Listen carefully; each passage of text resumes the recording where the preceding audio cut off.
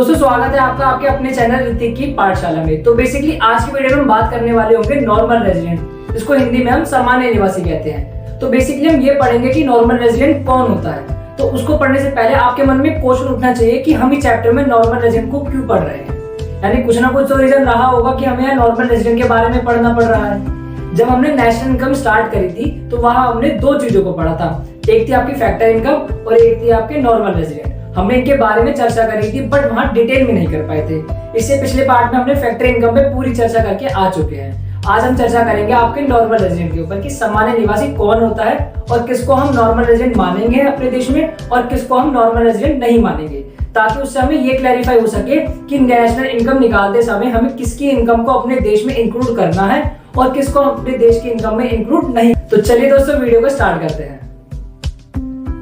तो चलिए दोस्तों स्टार्ट करते हैं देखना कि नॉर्मल रेजिडेंट का मतलब क्या होता है। तो बेसिकली नॉर्मल रेजिडेंट को हिंदी में हम सामान्य निवासी कहते हैं। तो पहले हम इसकी डिफाइन देखते हैं और इसकी डिफाइन में आपको दो कंडीशन पढ़ने को मिलेगी कि नॉर्मल रेजिडेंट की दो कंडीशन होती हैं। A normal resident is said to be one who ordinarily reside in that country concerned and whose centre of economic interest lie in that country.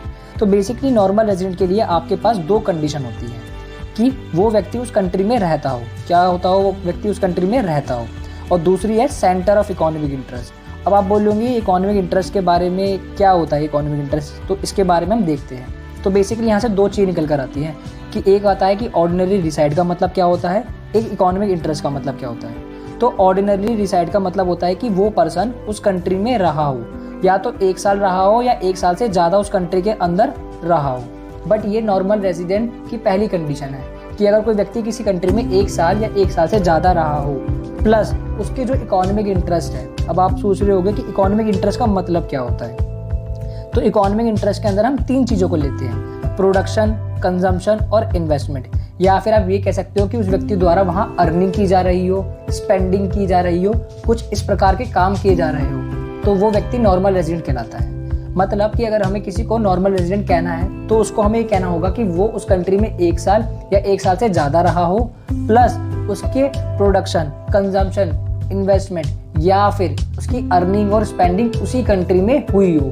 अगर इन सब चीज़ों में से वो कुछ भी उस कंट्री में कर रहा है, लाइक मान लीजिए कोई व्यक्ति है नेपाल से आता है, वो यहाँ मोमोज की ठेली लगाता है, तो वो करता क्या है कि वो इंडिया में 1 साल से ज़्यादा तो रुक गया और साथ के साथ वो इंडिया में कर क्या रहा है, वो इंडिया में पैसा कमा रहा है, अर्न कर रहा है मोमोज बेच के, और साथ के साथ वो स्पेंडिंग कर रहा है। और कहे तो एक तरीके से जब उसने मोमोज की अपनी रेडी लगाई होगी तो कहीं ना कहीं उसने इन्वेस्टमेंट भी करी है, हाँ है ना। तो हम कह सकते हैं कि वो व्यक्ति इंडिया का एक नॉर्मल रेजिडेंट कहलाता है। तो अगर उसके द्वारा जो भी इनकम इंडिया के अंदर अर्न की जा रही होगी ना, उसको हम अपनी नेशनल इनकम का पार्ट मानेंगे और उसके अंदर उसको इंक्लूड कर देंगे। तो आई होप आपको समझ आया होगा कि नेशनल इनकम में हम नॉर्मल रेजिडेंट के बारे में क्यों पढ़ते हैं और नॉर्मल रेजिडेंट के लिए दो कंडीशन कौन कौन सी होती है। वो उस कंट्री में 1 साल या 1 साल से ज़्यादा रहा हो प्लस उसके सेंटर ऑफ इकोनॉमिक इंटरेस्ट भी उस कंट्री में लाई करते हो, वो वहाँ अर्निंग भी कर रहा हो, स्पेंडिंग भी कर रहा हो, या फिर इन्वेस्टमेंट कर रहा हो, किसी चीज़ की प्रोडक्शन कर रहा हो, या फिर कंजम्पशन ही क्यों ना कर रहा हो, यानी उपभोग यानी कोई चीज़ की कंज्यूम ही क्यों ना कर रहा हो, तो वो व्यक्ति वहाँ का नॉर्मल रेजिडेंट कहलाता है। चलिए अब देखते हैं इसको हिंदी में कि सामान्य निवासी बेसिकली होते क्या हैं।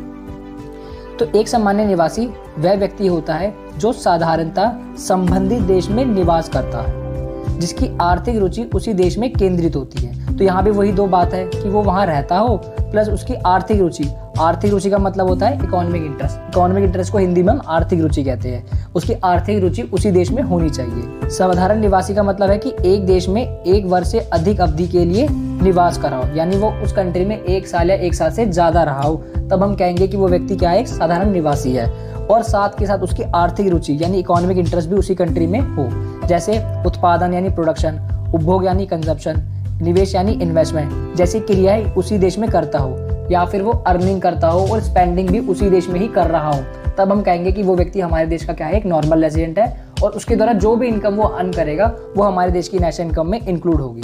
चलिए देखते हैं कि नॉर्मल रेजिडेंट और सिटीजनशिप में अंतर क्या होता है। तो नॉर्मल रेजिडेंट को हम सामान्य निवासी कहते हैं और सिटीजनशिप का मतलब होता है नागरिकता, यानी जो पर्सन जहाँ भी पैदा होता है ना उसको वहाँ की सिटीजनशिप मिल जाती है, यानी वो पर्सन वहाँ का क्या बन जाता है, एक सिटीजन बन जाता है। और नॉर्मल रेजिडेंट क्या होता है, अगर मान लीजिए कोई व्यक्ति इंडिया में पैदा हुआ है तो उसको इंडिया की सिटीजनशिप मिली होगी, यानी इंडिया की नागरिकता मिलेगी, और वो सिटीजन कहाँ कहलाएगा, इंडिया का सिटीजन कहलाएगा, बट वो रहता है यूएसए में, तो वो यूएसए का एक नॉर्मल रेजिडेंट होगा, सिटीजन नहीं होगा। सिटीजन कहाँ का होगा, वो इंडिया का ही होगा। तो क्या ऐसा हो सकता है कि कोई व्यक्ति एक ही कंट्री का रेजिडेंट भी हो और सिटीजन भी हो? ऐसा हो सकता है कि अगर कोई व्यक्ति कहीं पैदा हुआ है और वहीं रह रहा है तो वो वहाँ का रेजिडेंट भी होगा और वहाँ का वो सिटीजन भी होगा। बट ऐसा नहीं हो सकता है कि वो व्यक्ति दो कंट्री की सिटीजनशिप को ले सकता है। यानी अगर वो व्यक्ति इंडिया में पैदा हुआ है ना तो वो इंडिया का सिटीजन होगा, और कहीं दूसरी जगह रह रहा है ना तो वहाँ का वो सिटीजन नहीं कहलाएगा, वहाँ का वो नॉर्मल रेजिडेंट यानी सामान्य निवासी कहलाएगा। तो दोस्तों आई होप आपको समझ आ गया होगा बेसिकली कि ये नॉर्मल रेजिडेंट और सिटीजनशिप में अंतर क्या। तो आई होप आपको समझ आ गया होगा बेसिकली नॉर्मल रेजिडेंट होते क्या है। तो दोस्तों अगर आपको वीडियो अच्छी लगी हो तो वीडियो को लाइक करें, और चैनल पे पहली बार आए हो तो चैनल को सब्सक्राइब करना ना भूलें। दोस्तों मिलते हैं आपसे अपनी अगली वीडियो में, जब तक के लिए सीखते रहिए और सिखाते रहिए।